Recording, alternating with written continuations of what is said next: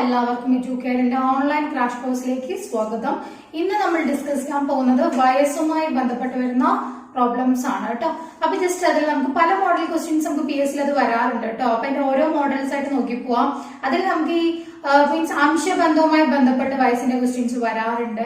ഇനി അതല്ല തുകയുമായി ബന്ധപ്പെട്ടിട്ടും വയസ്സിന്റെ ക്വസ്റ്റ്യൻസ് വരാറുണ്ട്. ഓക്കെ, അപ്പൊ നമുക്ക് ഈ ഓരോ മോഡലായിട്ട് നമുക്ക് നോക്കിപ്പോവാം. അതിൽ ഫസ്റ്റ് വൺ നോക്കാം. അച്ഛന്റെയും മകന്റെയും വയസ്സുകളുടെ തുക 75. വയസ്സുകളുടെ അനുപാതം 4:1 എങ്കിൽ മകന്റെ വയസ്സ്. അപ്പൊ തുക തന്നുകൊണ്ട് വയസ്സ് ചോദിക്കുകയാണെങ്കിൽ അംശബന്ധം തന്നിട്ടുണ്ട്, തുകയും തന്നു കഴിഞ്ഞാൽ എങ്ങനെ കണ്ടുപിടിക്കുക? ടോട്ടൽ എത്രയാ? 75. 75 ഇവിടെ എടുത്ത് എഴുതി വെക്കുക. ഇൻറ്റു ഈ 75നെ കുറിച്ച് ക്വസ്റ്റ്യനിൽ എന്താണോ പറഞ്ഞിരിക്കുന്നത് ആ പ്രപ്പോർഷൻ എപ്പോഴും താഴെയാണ് വരിക. മനസ്സിലായോ? തന്നിരിക്കുന്നത് താഴെ. എന്റെ ഒരു മെത്തേഡ് തന്നെയാണ്, താത്ത എന്നുള്ള മെത്തേഡിൽ തന്നെയാണ് കേട്ടോ. അപ്പൊ നോക്കിക്കോളൂ, ഈ 75 എന്താ? തുകയാണ്. അപ്പൊ നിങ്ങൾ എന്താ ചെയ്യണമെന്ന് അറിയോ? ഈ അനുപാതത്തിന് തുക എടുക്കുക. അനുപാതം രണ്ടും കൂടി ആഡ് ചെയ്യുമ്പോൾ എത്ര വരുന്നത്? 5. അപ്പൊ താഴെ എന്താ വരേണ്ടത്? 5. ആ ക്വസ്റ്റ്യനിൽ ആ ഒരു സംഖ്യയെ കുറിച്ച് എന്താണോ പറഞ്ഞിരിക്കുന്നത് അതാണ് താഴെ എന്നാ പറഞ്ഞത്. അപ്പൊ തുക ആയതുകൊണ്ട് 5 താഴെ വരും. ഇനി മുകളിൽ എന്താ കണ്ടുപിടിക്കണേ? മകന്റെ വയസ്സ്. അപ്പൊ മകന്റെ അനുപാതം എന്നുകൊണ്ട് അവർ തന്നിരിക്കുന്നത് 1 ആണ്. കാരണം നോക്കുക, അച്ഛന്റെയും മകന്റെയും. അപ്പൊ അച്ഛൻ 4 മകൻ 1 എന്നുള്ള അനുപാതമാണ്. അപ്പൊ നോക്കുക, 1 എവിടെ വരും? മുകളിലും വരും. ഓക്കെ, അപ്പൊ ഇവിടെ 5 75 എത്ര തവണ പോകുന്നുണ്ട്? 15 തവണ പോകുന്നുണ്ട്. ക്ലിയർ ആണോ? അപ്പൊ മകന്റെ വയസ്സ് എത്രയാ? 15 ആയിരിക്കും. മകന് 15 വയസ്സ്. ഇനിയിപ്പൊ അച്ഛന്റെ വയസ്സ് ചോദിച്ചപ്പോ എത്രയായിരിക്കും? 75 15 - 60 വയസ്സ്. അല്ല, ഇതിൽ മകന്റെ വയസ്സ് ചോദിക്കുന്നതിന് പകരം അച്ഛന്റെ ആയിരുന്നു ചോദിച്ചിരുന്നതെങ്കിൽ നമ്മളിവിടെ 1 എഴുതുന്നതിന് പകരം എത്ര എഴുതുമായിരുന്നു? 4 എഴുതുമായിരുന്നു. അപ്പൊ നോക്കൂ, 15 × 4 60 എന്ന് തന്നെ കിട്ടും. ക്ലിയർ ആണോ? ഓക്കെ, അടുത്ത ക്വസ്റ്റ്യൻ നോക്കൂ. അമ്മയുടെയും മകളുടെയും വയസ്സിന്റെ വ്യത്യാസം 32. അനുപാതം 15:7 എങ്കിൽ അമ്മയുടെ വയസ്സ് എന്ന് ചോദിച്ചിരിക്കുന്നത്. ഓക്കെ, അപ്പൊ ഇവിടെ നോക്കുന്ന സമയത്ത് വയസ്സുകളുടെ വ്യത്യാസമാണ് തന്നിരിക്കുന്നത്. അപ്പൊ ഞാൻ പറഞ്ഞ സംഖ്യ ആദ്യം എടുത്ത് എഴുതി വെക്കുക. 32 എന്നിട്ട് ഇൻഡൂടുക. എന്നിട്ട് ഈ 32നെ കുറിച്ച് ഈ ക്വസ്റ്റ്യനിൽ എന്താണോ പറഞ്ഞിരിക്കുന്നത് ആ പ്രപ്പോർഷൻ എപ്പോഴും താഴെ എഴുതുക. എന്താ പറഞ്ഞിരിക്കുന്നത്? വ്യത്യാസമാണ്. അപ്പൊ നമുക്ക് തന്നിരിക്കുന്ന ആകെ അനുപാതം മാത്രമേ ഉള്ളൂ. അപ്പൊ ഈ അനുപാതങ്ങളുടെ വ്യത്യാസമാണ് നമ്മൾ നോക്കേണ്ടത്. ഇവിടെ അനുപാതങ്ങളുടെ തുക എന്ന് പറഞ്ഞില്ലേ, അതേപോലെ ഇവിടെ അനുപാതങ്ങളുടെ വ്യത്യാസം 15ഉം 7 നമ്മൾ വ്യത്യാസം എത്ര? 8. അതെവിടെ എഴുതണ്ടേ? താഴെ. ക്ലിയർ ആണോ? ഇനി കണ്ടുപിടിക്കേണ്ടത് എപ്പോഴും മുകളിലായിരിക്കും. കണ്ടുപിടിക്കേണ്ടത് എന്താ? അമ്മയുടെ വയസ്സ്. ഓക്കെ, അമ്മയുടെ വയസ്സ് എന്ന് പറയുമ്പോൾ നോക്കുക, ഇവിടെ നോക്കുക, അമ്മയുടെ അനുപാതം എത്രയാണ്? ഇതിൽ വലുതല്ലേ അമ്മയുടെ വയസ്സ് എന്ന് പറയുമ്പോൾ. സോ മുകളിൽ എത്ര വരും? 15 എന്ന് വരും. ക്ലിയർ ആണോ? അപ്പൊ നോക്കൂ, 8 ഇവിടെ 32ല് 4 തവണ പോകുന്നുണ്ട്. 4 × 15 എത്രയാ? 60. അപ്പൊ അമ്മയുടെ വയസ്സ് എത്രയായിരിക്കും? 60 ആയിരിക്കും. ക്ലിയർ ആണോ? അപ്പൊ ഇത് ഈ ഒരു മോഡൽ. അപ്പൊ തുക തന്നുകൊണ്ട് എന്ത് ചെയ്യാം? തുക തന്നുകൊണ്ട് രണ്ടുപേരിൽ ഒരാളുടെ വയസ്സ് ചോദിക്കാം. ഇനി വ്യത്യാസം തന്നുകൊണ്ട് നമുക്ക് എന്ത് ചെയ്യാം? വയസ്സ് ചോദിക്കാം. എങ്ങനെ വേണമെങ്കിലും ക്വസ്റ്റ്യൻസ് വരാം. ക്ലിയർ അല്ലേ ഇത്? അപ്പൊ അടുത്ത ക്വസ്റ്റ്യൻ നോക്കിക്കോളൂ. അച്ഛന്റെയും മകന്റെയും വയസ്സുകളുടെ തുക 90. അനുപാതം 11:7 എങ്കിൽ വയസ്സിന്റെ വ്യത്യാസമാണ് ചോദിച്ചിരിക്കുന്നത്. ഓക്കെ, അപ്പൊ ഇവിടെ നോക്കിക്കോളൂ. ഇവിടെ തന്നിരിക്കുന്നതിൽ ആദ്യം നോക്കാം എന്താണ് തന്നിരിക്കുന്ന സംഖ്യ. ഞാൻ എടുത്ത് എഴുതി 90 ഇൻറ്റു ആ 90നെ കുറിച്ച് ഈ ക്വസ്റ്റ്യനിൽ എന്താണോ പറഞ്ഞിരിക്കുന്നത് അത് താഴെ. 90നെ കുറിച്ച് എന്താ പറഞ്ഞേ? വയസ്സുകളുടെ തുകയാണ്. അപ്പൊ നോക്കൂ, അനുപാതങ്ങളുടെ തുക എടുക്കുക. എത്രയാ? 18. അപ്പൊ ഇവിടെ എത്ര വരണ്ടേ? 18. ഓക്കെ, ഇനി മുകളിൽ എന്താ വരണ്ടേ? വയസ്സിന്റെ വ്യത്യാസം. ആക്ച്വലി ഇവിടെ രണ്ടുപേരുടെ വയസ്സ് കണ്ടുപിടിച്ച് അതിനുശേഷം മൈനസ് ചെയ്യേണ്ട ഒരു ആവശ്യമില്ല. 3 സ്റ്റെപ്പ് ചെയ്യേണ്ട കാര്യമില്ല, ഒരു സ്റ്റെപ്പ് മതി. വ്യത്യാസം എന്ന് പറഞ്ഞാൽ എന്തെടുക്കുക? ഈ അനുപാതങ്ങളുടെ വ്യത്യാസം എടുത്താൽ മതി. മനസ്സിലായോ? അപ്പൊ നോക്കൂ, ഇവിടെ നോക്കൂ, 11 7 നമ്മൾ എത്ര വ്യത്യാസം വരുന്നത്? 4 ആണ് വരുന്നത്. ആണല്ലോ? അപ്പൊ നോക്കാം, മുകളിൽ എത്ര വരും? 4 എന്ന് വരും. ഓക്കെ, അപ്പൊ ഇവിടെ നോക്കിക്കോളൂ, ഇവിടെ 18. ഇവിടെ 90ൽ എത്ര തവണ പോകുന്നുണ്ട്? 5 തവണ പോകുന്നുണ്ട്. ക്ലിയർ ആണോ? ഓക്കെ, 5 × 4 എത്രയാ? 20. അപ്പൊ അവരുടെ വയസ്സുകളുടെ വ്യത്യാസം എന്ന് പറഞ്ഞാൽ എത്ര? 20. അല്ലാതെ അച്ഛന്റെ വയസ്സ് കണ്ടുപിടിച്ചു, മകന്റെ വയസ്സ് കണ്ടുപിടിച്ചു, രണ്ടും കൂടി മൈനസ് ചെയ്യേണ്ട ഒരാവശ്യം നമുക്ക് അവിടെ വരുന്നില്ല. അപ്പൊ തന്നിരിക്കുന്ന പ്രപ്പോർഷൻ താഴെ കൊടുക്കുക, കണ്ടുപിടിക്കാൻ പറഞ്ഞ പ്രപ്പോർഷൻ മുകളിൽ കൊടുക്കുക. ആ പ്രോബ്ലം സോൾവ്. ക്ലിയർ? അടുത്ത ക്വസ്റ്റ്യനിലോട്ട് പോകൂ. അമ്മയുടെയും മകളുടെയും വയസ്സിന്റെ വ്യത്യാസം 18. അനുപാതം 7:5 എങ്കിൽ വയസ്സുകളുടെ തുക എത്ര? അപ്പൊ നേരത്തെ തന്നതിൽ തുക തന്നുകൊണ്ട് വ്യത്യാസം ചോദിച്ച പോലെ ഇവിടെ തിരിച്ചെന്താ? വ്യത്യാസം തന്നുകൊണ്ട് തുകയാണ് നമ്മളോട് ചോദിക്കുന്നത്. ക്ലിയർ ആണോ? അപ്പൊ തന്നിരിക്കുന്ന സംഖ്യ ഞാൻ എടുത്ത് എഴുതിയിട്ടുണ്ട്. എത്രയാ? 18. സംഖ്യ 18 ഇൻറ്റു ഈ സംഖ്യയെ കുറിച്ച് ഈ ക്വസ്റ്റ്യനിൽ എന്താണോ പറയുന്നത് അത് താഴെ. സംഖ്യനെ കുറിച്ച് എന്താ പറയുന്നത്? വ്യത്യാസമാണ്. വ്യത്യാസം എന്ന് പറഞ്ഞാൽ ഏത് വ്യത്യാസം എടുക്കുക? ഈ പ്രപ്പോർഷൻ, അതായത് 7:5 അല്ലേ, അതിന്റെ വ്യത്യാസം എത്ര? 2. അപ്പൊ താഴെ എത്ര വരുന്നത്? 2 എങ്കിൽ തുക എത്ര എന്നാ ചോദിച്ചിരിക്കുന്നത്. തുക എന്ന് പറഞ്ഞാൽ എന്താ ചെയ്യണ്ടേ, ഇവരെ തമ്മിൽ ആഡ് ചെയ്തിടണം. തുക എന്ന് പറഞ്ഞാൽ എന്താ ചെയ്യണ്ടേ, ഇവരുടെ വയസ്സുകളെ തമ്മിൽ മീൻസ് അനുപാതത്തെ തമ്മിൽ ആഡ് ചെയ്തിടുക. എത്രയാ, 12. ക്ലിയർ ആണോ? ഓക്കെ. അപ്പൊ ഞാൻ ഇവിടെ കട്ട് ചെയ്യാൻ പോവാണ്. ഇവിടെ 2 ഞാൻ 18 എത്ര തവണ പോകുന്നുണ്ട്, 9 തവണ പോകുന്നുണ്ട്. സോ 9 × 12, 9 × 10 90, പിന്നെ ഒരു 18 കൂടി ആഡ് ചെയ്യാം അല്ലെ. അപ്പൊ 108 എന്ന് വരും. അപ്പൊ അവരുടെ വയസ്സുകളുടെ തുക എത്രയായിരുന്നു, 108 ആണ്. ക്ലിയർ ആണോ? സോ ഈ രീതിയിലാണ് നമ്മൾ പ്രോബ്ലം ചെയ്യാം. അപ്പൊ തന്നിരിക്കുന്ന സംഖ്യ എടുത്ത് എഴുതുക. അതാണ് നമ്മൾ ആദ്യത്തെ പ്രവൃത്തി എന്ന് പറയുന്നത്. തന്നിരിക്കുന്ന സംഖ്യ എടുത്ത് എഴുതി ശേഷം എന്താ ചെയ്യണ്ടേ, അതിനെ കുറിച്ച് എന്താണോ പറഞ്ഞിരിക്കുന്നത് അതാണ് നമ്മൾ പ്രപ്പോർഷനിൽ താഴെ എഴുതേണ്ടത്. കണ്ടുപിടിക്കാൻ പറഞ്ഞ പ്രപ്പോർഷൻ എപ്പോഴും മുകളിൽ വരും. ക്ലിയർ? അങ്ങനെയാണെങ്കിൽ ഒരു സ്റ്റെപ്പിൽ ചെയ്യാം. അല്ലാതെ രണ്ടുപേരുടെയും കണ്ടുപിടിച്ചുകൊണ്ട് നമുക്ക് എന്ത് ചെയ്യണം, അല്ലെങ്കിൽ എക്സ് ഇവിടെയൊക്കെ ആക്ച്വലി ചെയ്യുന്ന നോർമലി ചെയ്യുന്നവർ എക്സെറ്റ് ഒക്കെ ചെയ്യൂലേ, 7x + 5x അത് മൈനസ് ചെയ്തുകൊണ്ട് വ്യത്യാസം, അതിനൊന്നും ആവശ്യം നമുക്കില്ല. എക്സ് കണ്ടുപിടിക്കേണ്ട കാര്യം പോലും നമുക്കിവിടെ വരുന്നില്ല. എക്സ് എന്ന വേർഡ് പോലും വായിൽ വരണ്ട, കാരണം നമുക്കിവിടെ ആവശ്യമേ ഇല്ല. ക്ലിയർ ആണോ? തന്നിരിക്കുന്നത് മാത്രം എടുത്ത് സബ്സ്റ്റിറ്റ്യൂട്ട് ചെയ്യാൻ ആൻസർ കിട്ടും. ക്ലിയർ ആണല്ലോ? അടുത്ത ക്വസ്റ്റ്യൻ നോക്കാം. എയുടെയും ബിയുടെയും ഇപ്പോഴത്തെ വയസ്സുകളുടെ അനുപാതം 1:2. 10 വർഷത്തിന് ശേഷം വയസ്സുകളുടെ തുക 92 എങ്കിൽ ബിയുടെ ഇപ്പോഴത്തെ വയസ്സാണ് ചോദിച്ചിരിക്കുന്നത്. ഓക്കെ. അപ്പൊ ഇവിടെ നോക്കണ്ടേ, നമുക്ക് ആകെ ഇവിടെ അറിയുന്നത് അവർ രണ്ടുപേരുടെ ഇപ്പോഴത്തെ അംശബന്ധം 1:2 ആണെന്ന് അറിയാം. 10 വർഷത്തിന് ശേഷം അവരുടെ വയസ്സുകളുടെ തുക 92 ആണെന്ന് അറിയാം. പക്ഷെ നമുക്ക് ഒരിക്കലും ഈ അനുപാതത്തിനെ ടോട്ടൽ വയസ്സിലേക്ക് കൺവേർട്ട് ചെയ്യാൻ പറ്റില്ല. കാരണം എന്താ, അനുപാതം ഇന്നത്തെയാണ്, ടോട്ടൽ തുക എന്ന് പറയുന്നത് എന്താ 10 വർഷത്തിന് ശേഷമുള്ളതാണ്. പക്ഷെ നമുക്ക് എന്ത് ചെയ്യാം, ഈ ടോട്ടൽ വയസ്സുണ്ടല്ലോ അതിനെ എങ്ങോട്ട് ഷിഫ്റ്റ് ചെയ്യാം, ഈ അനുപാതത്തിലോട്ട് മാറ്റാം. എങ്ങനെയാണ്, 10 വർഷത്തിന് ശേഷം 92 ആണെങ്കിൽ ഇപ്പോഴത്തെ വയസ്സുകളുടെ തുക എത്രയായിരിക്കും, ഇതിൽ നിന്ന് എത്ര മൈനസ് ചെയ്യണ്ടേ, 20 മൈനസ് ആണ്. എന്തുകൊണ്ട് 20 മൈനസ് ചെയ്യുന്നത്, 10 വർഷത്തിന് ശേഷം എന്ന് പറയുമ്പോൾ എക്കും ബിക്കും രണ്ടുപേർക്കും 10 വയസ്സ് വെച്ച് കൂടുന്നുണ്ട്. ക്ലിയർ ആണോ? അപ്പൊ ഇന്നത്തെ വയസ്സ് എന്ന് പറയുമ്പോൾ ഇന്നത്തെ വയസ്സിന്റെ തുക കണ്ടുപിടിക്കുമ്പോൾ രണ്ടുപേരുടെ 10 വയസ്സും കുറയും. അങ്ങനെയാണ് എത്ര മൈനസ് ചെയ്യാൻ പറഞ്ഞേ, 20 വയസ്സ് നിങ്ങൾ അതിൽ നിന്ന് മൈനസ് ചെയ്ത് 72. ഇപ്പൊ നോക്കൂ, തുകയും അറിയാം അംശബന്ധവും അറിയാം. സോ നമുക്ക് ഡയറക്റ്റ് ആയിട്ട് എന്ത് ചെയ്യാം, സോൾവ് ചെയ്യാം. 72 അത് എഴുതി വെക്കുക. എങ്ങനെ പറഞ്ഞ് ഇൻഡു ചെയ്യാം, എന്താ താഴെ എഴുതണ്ടേ, തന്നിരിക്കുന്നത് താഴെ അല്ലെ.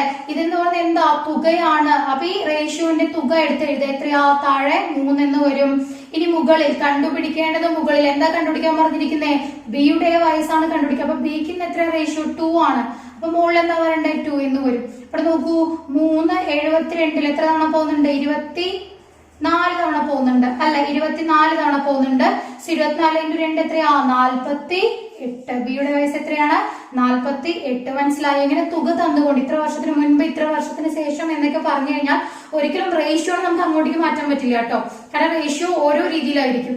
പക്ഷെ നമുക്ക് എന്ത് ചെയ്യാം, തുകയെ കൺവേർട്ട് ചെയ്യാൻ പറ്റും. നമുക്ക് തന്നിരിക്കുന്നത് റേഷ്യോ തന്നിരിക്കുന്നത് ഏത് വർഷത്തെ ആണോ ആ വർഷത്തിലോട്ട് നമുക്ക് എന്ത് ചെയ്യണം, തുകനെ നമ്മൾ മാറ്റണം. എന്നിട്ട് വേണം എന്ത് ചെയ്യാൻ, സബ്സ്റ്റിറ്റ്യൂട്ട് ചെയ്ത് കൊടുക്കാൻ. ക്ലിയർ ആണോ? അടുത്ത ക്വസ്റ്റ്യൻ നോക്കിക്കോളൂ.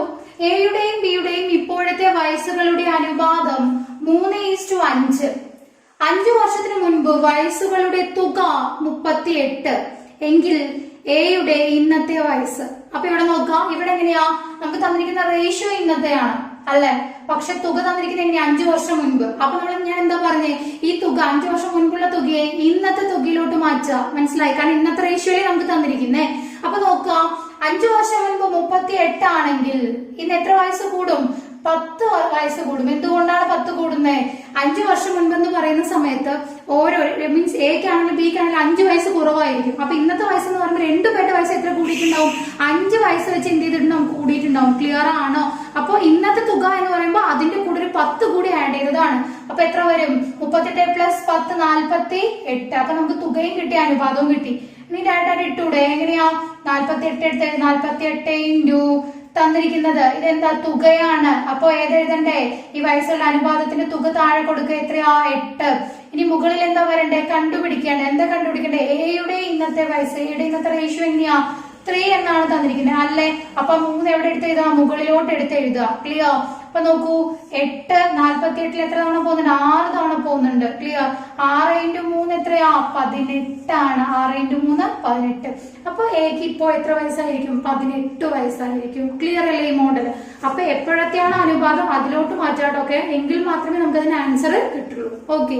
അടുത്ത ക്വസ്റ്റ്യൻ നോക്കിക്കോളൂ. എയുടെ വയസ്സിനേക്കാൾ 20% കൂടുതലാണ് ഇന്ന് ബിയുടെ വയസ്സ് എയുടെ വയസ്സ് 35 എങ്കിൽ ബിയുടെ വയസ്സ് എത്ര എന്നാണ് ചോദിച്ചിരിക്കുന്നത്. അപ്പൊ ഇവിടെ നോക്കാം, ആരുടെ വയസ്സ്, അതായത് ഇപ്പൊ നമ്മൾ എ ബി എന്ന് ഞാൻ ഇവിടെ എഴുതിയിട്ടുണ്ടേ, ആരുടെ വയസ്സിനെ കുറിച്ചാണ് ഒന്നും പറയാത്തത്, അതായത് പെർസെന്റേജ് ഇത്ര അങ്ങനെയൊന്നും പറയാത്ത അവരെ നമ്മൾ 100% എടുക്കുക. അതായത് എയുടെ വയസ്സ് എത്ര എന്ന് പറയുന്നുണ്ട്, പക്ഷെ ആ വയസ്സ് എത്ര പെർസെന്റേജ് ആണെന്നോ ഒന്നും പറയുന്നില്ല. മനസ്സിലായോ? അപ്പൊ എ ആണ് നമ്മൾ എന്തായിട്ട് എടുക്കണ്ടേ, 100 എന്ന് എടുക്കുക. 100% കേട്ടോ, 100 എന്ന് പറയുന്നത് 100%. ഓക്കെ എന്നെടുത്തു. എങ്കിൽ നമ്മൾ ബി എന്ന് പറയുന്നത് എത്രയാ, ഞാൻ പറഞ്ഞു എയുടെ വയസ്സിനേക്കാൾ 20% കൂടുതൽ. അപ്പൊ 100-നേക്കാൾ 20, 100 ഇവിടെ എടുക്കാൻ കാരണം 100 എടുത്തു കഴിഞ്ഞാൽ നിങ്ങൾക്ക് എത്ര ശതമാനം കൂടുതലാണ് ആ ശതമാനം നിങ്ങൾ ആഡ് ചെയ്ത് കൊടുത്താൽ മതി, എളുപ്പത്തിൽ കിട്ടും. മനസ്സിലായോ?